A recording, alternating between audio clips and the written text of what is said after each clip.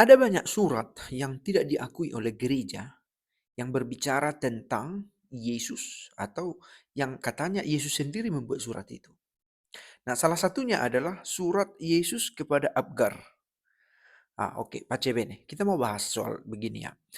Saya pikir kita beberapa kali dengar ternyata ada Injil yang berbicara tentang Yesus bahwa Yesus itu begini. Yesus itu menikah, Yesus itu tidak benar meninggal di salib dan seterusnya. Gereja tidak mengakui surat-surat macam itu. Lalu apa referensi kita? Ya, yang kita terima sebagai kitab suci.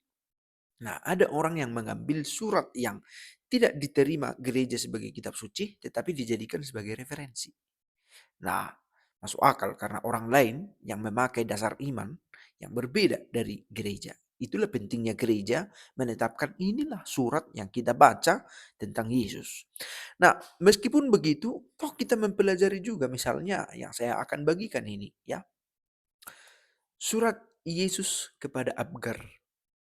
Ini korespondensi ya. Sebenarnya pertama-tama Abgar ini sendiri mengirim surat kepada Yesus. Siapa Abgar ini? Nama lengkapnya Abgar W. Ukama. Penguasa di suatu daerah bernama Edessa. Yang sekarang di wilayah Turki. Dan dia mengirim surat kepada Yesus.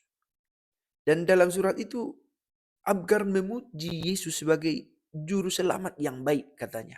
Karena kesembuhan yang dia lakukan tanpa obat-obatan atau tanpa ramuan. Dan Yesus itu benar sebagai Allah yang turun dari surga. Menurut Abgar ini gitu ya. Anak Allah. Jadi kalau dikatakan surat itu tidak diterima oleh gereja. Tidak melulu karena surat itu buruk ya. Tidak selalu.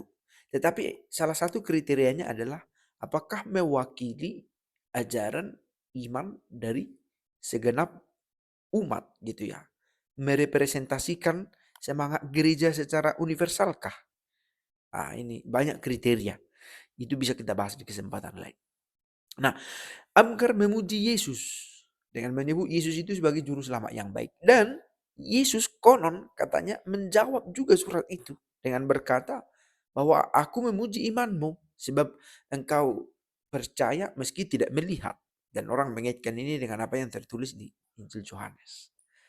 Oke, ini video singkat yang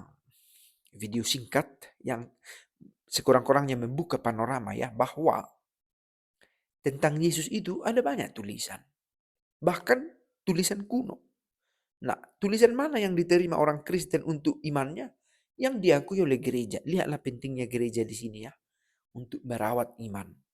Nah, orang-orang yang tidak sejalan dengan gereja memakai juga referensi-referensi di luar gereja itu. Itu dia. Sebuah pelajaran juga mudah-mudahan menambah wawasan.